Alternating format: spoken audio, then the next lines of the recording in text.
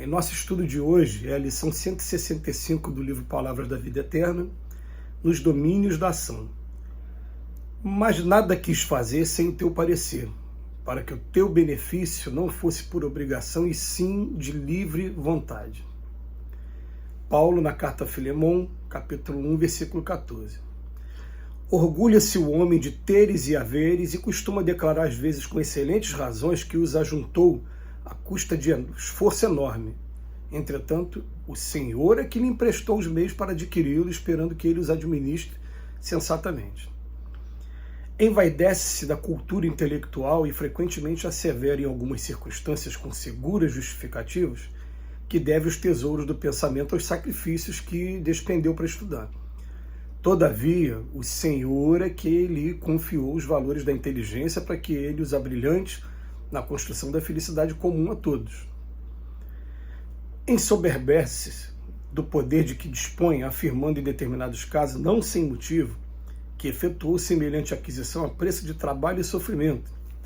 No entanto, é o Senhor quem lhe propiciou os recursos para a conquista da autoridade na expectativa de que ele a exerça dignamente.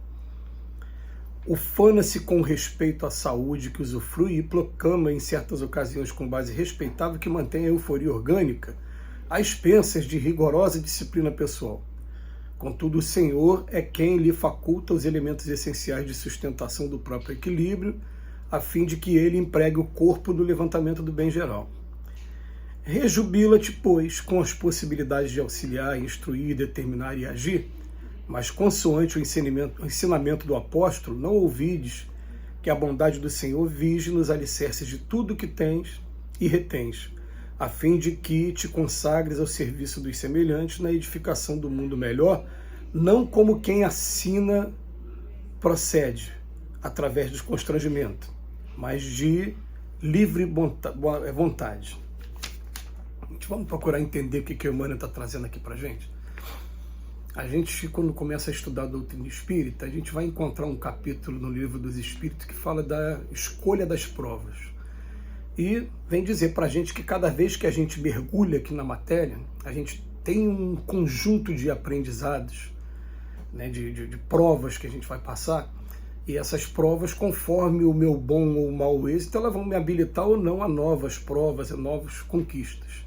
Ou então eu posso ficar igual aquele aluno repetente, tendo que passar pela mesma experiência várias vezes. Mas, o que eles dizem para a gente? Os prepostos e os representantes do Cristo na nossa vida, o que eles fazem com a gente? Eles nos orientam, algumas vezes a gente pede coisas que são incabíveis para o momento, e ele fala, não é possível a gente conceder agora, a gente negocia, então a gente pode viver esse tipo de prova, esse gênero de prova, de maneira que a gente tem informações assim de espíritos, né, que trazem para a gente, que são bastante interessantes para a gente meditar. Por exemplo, eu me lembro de uma vez da gente conversar com um espírito, alguém que está desencarnado através do médium, e ele contar para a gente o seguinte, ele contar que ele tinha que cumprir uma missão junto a um orfanato com crianças órfãs. Ele tinha que cumprir essa missão. Aí ele nasceu pelo menos as 2 vezes com essa missão, mas quando chegava aqui ele colocava a mão no piano e ficava encantado com a música. Eu compreendo muito bem ele. E aí ele ficava 8 horas por dia estudando piano e se tornava um concertista profissional, né? Levava aquilo como ofício, como profissão, acabando deixando de lado a missão dele de cumprir esse papel com as crianças, que era uma necessidade evolutiva para ele. Então ele fez isso 1, 2 vezes, na terceira vez ele falou, pô, e agora, o que é que eu faço? E foi proposto a ele que ele viesse com um problema nas mãos, nas articulações, que somente para impossibilitá-lo dele botar a mão no piano. E veja que botar a mão no piano não é nem uma coisa ruim, é uma coisa boa, né? Mas ele tinha necessidade, ele precisava passar por aquilo, então aquilo estava impedindo ele de cumprir a missão dele, interrompendo aí a prova dele.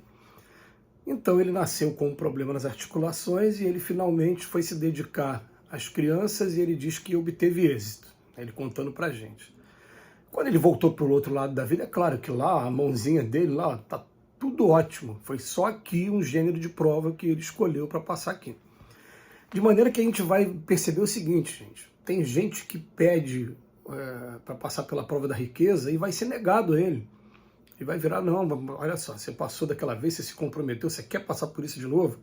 Não é melhor você primeiro conquistar novos valores até você ter nova oportunidade? E vai acontecendo dessa maneira, né? A pessoa vai tendo oportunidades, a gente pede daqui, pede dali. Eu, por exemplo, se eu pudesse já começar a partir de agora a programar minha próxima encarnação, eu já falei isso até com alguns amigos, né, durante os cursos aí. Eu quero nascer na área médica agora, eu estou na área jurídica hoje, eu quero nascer na área médica. É uma escolha mesmo, pode ser que eu chegue lá do outro lado e fale, não, você ainda tem coisa para fazer ainda na área jurídica aqui, olha o que, é que você não fez ainda, olha o que, é que faltou, né? Então pode ser que o negócio fique postergado, tá? O que o Emmanuel está dizendo para a gente aqui, ó? É que ele pega uma frase de Paulo, como se fosse o pai falando assim, ó, eu não quero fazer nada sem o teu parecer, para que o teu benefício não pareça que foi obrigação e sim livre vontade. Você escolhe o teu gênero de prova, é concedido a você o teu gênero de prova. E a partir daí, muitos de nós, a gente pede e chega aqui e dá falha. Mas ele está falando aqui de casos que a pessoa teve êxito. E ele só está chamando a atenção para uma coisa. Você teve êxito? Teve. Mas não joga o crédito todo só para você não, porque se Deus não tivesse te dado a oportunidade, você não teria condições mesmo. Eu me lembro de um amigo aqui também, muito querido, que ele botou na cabeça, não sei por que motivo, que ele queria ser delegado da Polícia Federal, e ele, embora seja uma pessoa muito inteligente, ele ficava sempre por 1 ponto, por 2 pontos. Aí foi fazer um outro concurso, passou, e depois ele recebeu a informação, falou, não, lá a autoridade policial nessa encarnação não faz parte da tua programação. Você não está preparado para isso ainda não, você pediu até para que isso não acontecesse. Mas vem esquecimento do passado, a pessoa insiste. Né? Ali não foi concedido.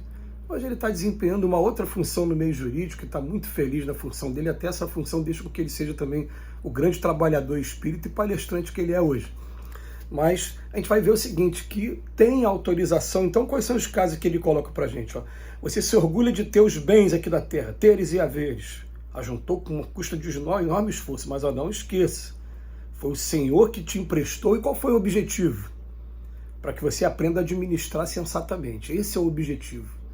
O Senhor te deu a possibilidade de ter os bens materiais para aprender a administrar sensatamente. Aí depois tem uma cultura intelectual muito grande, porque a gente sabe que cultura intelectual também é um grande patrimônio que você vai conquistando aos poucos. Né? A leitura é como se fosse exercício físico. Daqui a pouco você está lendo livros e livros, acumulando um conhecimento. Então ele assevera que teve, né, sacrifício para estudar, o tempo que a pessoa perdeu lendo. Ele fala, todavia, não esqueça de uma coisa, foi o Senhor que te deu esses valores e tem um objetivo. Qual o objetivo? Construção da felicidade comum a todos. Tá? Então, tem gente que está adquirindo conhecimento, você está usando para quê? Para quem está aproveitando disso? É só você? É a construção da felicidade comum a todos. Aí depois ele fala, e do poder? Tem gente que, né, conquistou o poder primeiro. Para ele conquistar o poder, é porque foi o Senhor que propiciou o recurso para que ele conquistasse. Autorizou através desse gênero de prova. E ele coloca que qual é o objetivo? É na expectativa de que você exerça esse poder dignamente. Ele concede e o objetivo é esse.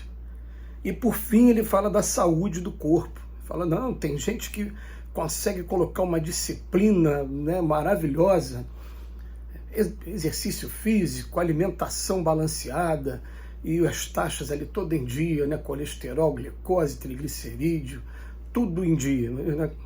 Ele bota aqui, ó, o Senhor que lhe faculta a faculdade, lembra da mão aí da pessoa aí, ó?